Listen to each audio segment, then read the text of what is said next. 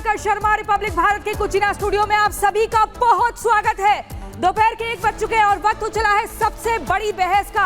आज की बहस का विषय होगा एकजुटता का संदेश आखिर कौन तोड़ रहा है देश, ये बड़ा सवाल है। इस बहस को आपको ध्यान से सुनना है क्योंकि आपके ही मुद्दों को आज हम उठाएंगे कि क्यों बार बार जनता को, भोली भाली जनता को जाति के बीच में धकेल दिया जाता है। विपक्ष बार बार जाति जनगणना की बात कर रहा है, चाहे लोकसभा का चुनाव हो या फिर हरियाणा और जम्मू कश्मीर का चुनाव। विपक्ष ने बीते कुछ महीनों में सभी चुनाव जाति के मुद्दे पर ही लड़े हैं, लेकिन जाति की लड़ाई है कि जाति ही नहीं है। और महाराष्ट्र में इसी साल होने वाले विधानसभा चुनाव में भी अब विकास और रोजगार पर नहीं बल्कि जाति की बात की जा रही है। जाति जनगणना कराने की बात कही है और इसीलिए प्रधानमंत्री नरेंद्र मोदी ने भी अब सामने आकर देश तोड़ने वाली ताकतों के खिलाफ एकजुट रहने का संदेश दे दिया है और कह दिया है प्रधानमंत्री नरेंद्र मोदी ने कि अगर बटे तो वो लोग महफिल सजाएंगे जो देश की तरक्की को नहीं देखना चाहते हैं। तो सवाल यही है कि हिंदुओं को आखिर कौन बांट रहा है, और सवाल ये भी है कि क्या लोग प्रधानमंत्री नरेंद्र मोदी की बातों को मानेंगे। तो इसी पर होगी आज की सबसे बड़ी बहस, लेकिन पहले आप हमारी ये खास रिपोर्ट देखिए।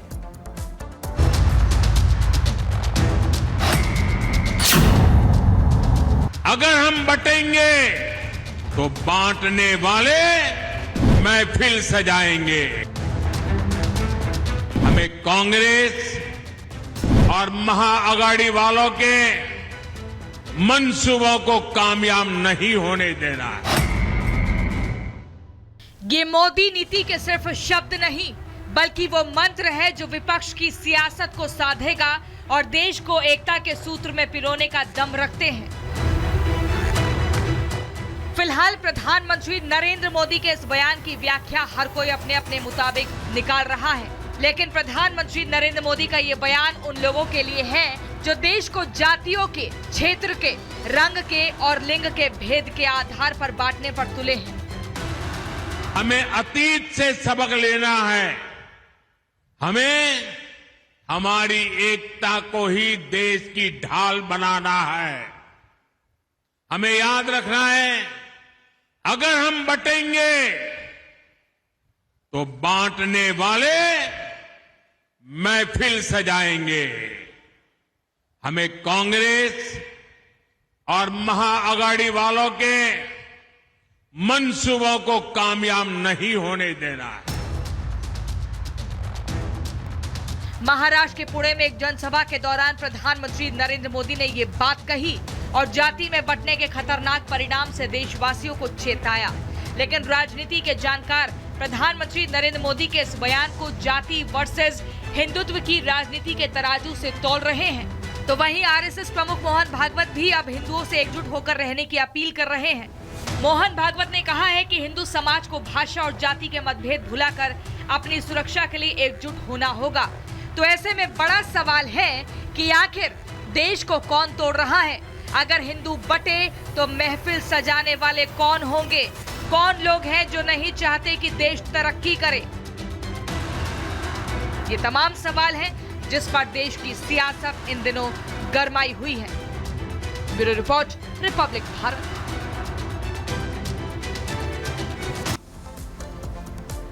और चलिए इसी पर हम सीधा शुरुआत करेंगे चर्चा की। जल्दी से परिचय करा देते हैं हमारे साथ कौन कौन से बेहद खास मेहमान जुड़ गए हैं। अनंत विजय जी, वरिष्ठ पत्रकार हमारे साथ जुड़ गए हैं। सौरभ दुबे जी, राजनीतिक विश्लेषक हमारे साथ हैं। आचार्य राज मिश्रा, हिंदू धर्म गुरु हमारे साथ हैं।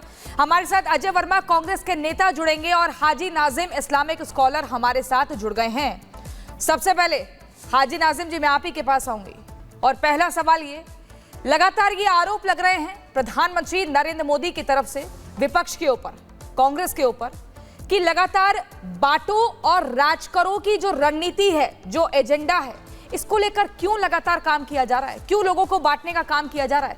मुद्दों पर बात नहीं हो रही, महिला सुरक्षा पर बात नहीं हो रही, रोजगार पर बात नहीं हो रही, सिर्फ ये बात है जाति जनगणना कराओ, जाति के आधार पर लोगों को बांटो, लोकसभा चुनाव हो या विधानसभा चुनाव। हाँ प्रियंका जी, देखिए जिस तरीके से अभी बात रखी गई है कि जातीय जनगणना को लेकर, तो देखिए सबसे पहले तो मैं ये कहना चाहता हूँ, आखिर बांटने की कोशिश कौन कर रहे हैं? आपने देखा होगा 2024 के जब चुनाव से पहले जब चल रहा था, तो क्या कहते थे कि देखिए आपकी जमीन जायदाद ज्यादा बच्चों वालों को दे दी जाएंगी। भाई ये बता दीजिए कौन सा बयान था?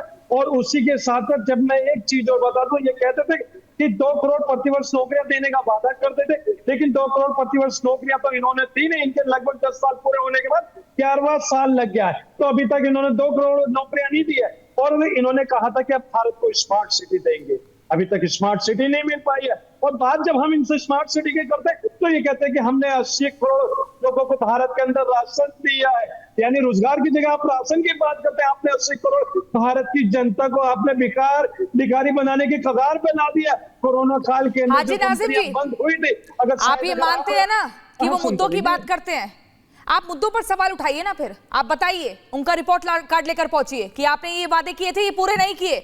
जाति के आधार पर क्यों बांटने का काम होता है?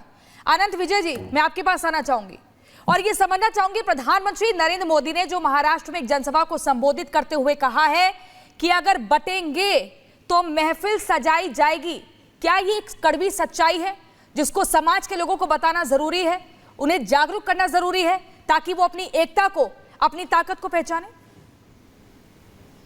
देखिए, बहुत दिनों बाद मुझे लगता है कि इस समाज में, भारतीय समाज में हिंदू संगठित हुए थे और उस संगठन के कारण जो राजनीति थी वो देश की बदली। देश की राजनीति इसलिए नहीं बदली कि भारतीय जनता पार्टी आ गई, देश की राजनीति इसलिए बदली कि हिंदुओं को लगा कि वो अपने अधिकारों को लेकर सजग हो सकते हैं, जागरूक हो सकते हैं। लिहाजा उन्होंने एक ऐसी विचारधारा को चुना जो उनके मतलब हिंदुओं के हितों की बात करते थे।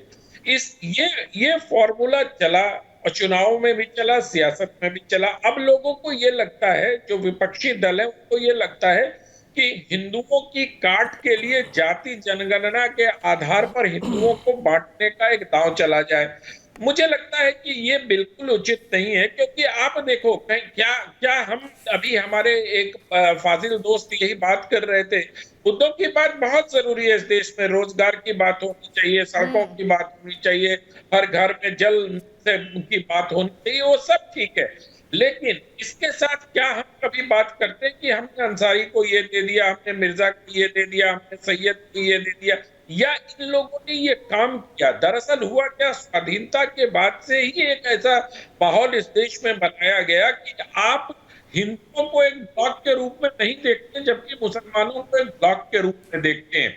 क्या मुसलमानों में जाति की बात होती है? रुक जाइए एक मिनट, जब आप बोल रहे थे तो कृपया अपने संस्कारों का परिचय होने न दें, कृपया अपने संस्कारों का परिचय होने न दें। आप रुके, मैं जब पूरी कर दूं बात। हाजी नाजिम जी, सुनिए मेरी बात ध्यान से। हाजी नाजिम जी, मैं इस डिबेट को ना इस शोर में बटने नहीं दूंगी, तो आप अपनी बारी का इंतजार करिए। आपने बोली है सब सुन रहे थे। मैं सिर्फ इतना कह रहा हूं कि हर जगह बांटने का काम करते हैं आप। बोलिए सर। मुल्क के वजीर आजम तो करें बांटने की बात, तो अभी वरिष्ठ पत्रकार अनंत विजय बोलेंगे, पहले अपनी बात पूरी करेंगे।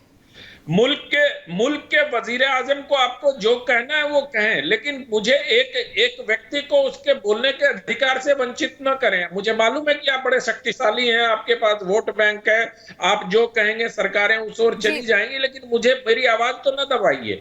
मैं सिर्फ इतना कह रहा हूं कि आप बेरोजगारी की बात करिए, सड़कों की बात करिए, पानी की बात करिए, लेकिन कभी भी आप अपने दिल पर हाथ रख के कहिए कि मुसलमानों की जाति बताकर बात की जाती है क्या?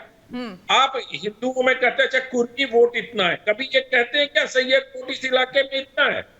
आप ये कहते हैं यादव वोट इतना। एम वाइज समीकरण हो गया, और उस समीकरण में देखिए हिंदुओं का एक जाति आपने ले लिया और मुसलमानों को ब्लॉक की तरह ले लिया। तो ये जो विसंगति है, इस विसंगति पर भी विचार होना चाहिए, विचार होना चाहिए, गंभीरता से विचार होना चाहिए। अजय वर्मा जी, मैं आपके पास आना चाहूंगी, कांग्रेस नेता है, क्यों बार बार कांग्रेस जो है सिर्फ जाति जनगणना के ऊपर ही, मतलब एक यही मुद्दा रह गया है कि जाति के आधार पर बांटो, कास्ट सेंसस का ही जिक्र कर रही है। अगर हम नेहरू की बात करें, इंदिरा की बात करें, वो तो हमेशा से खिलाफ रहे थे इस चीज के।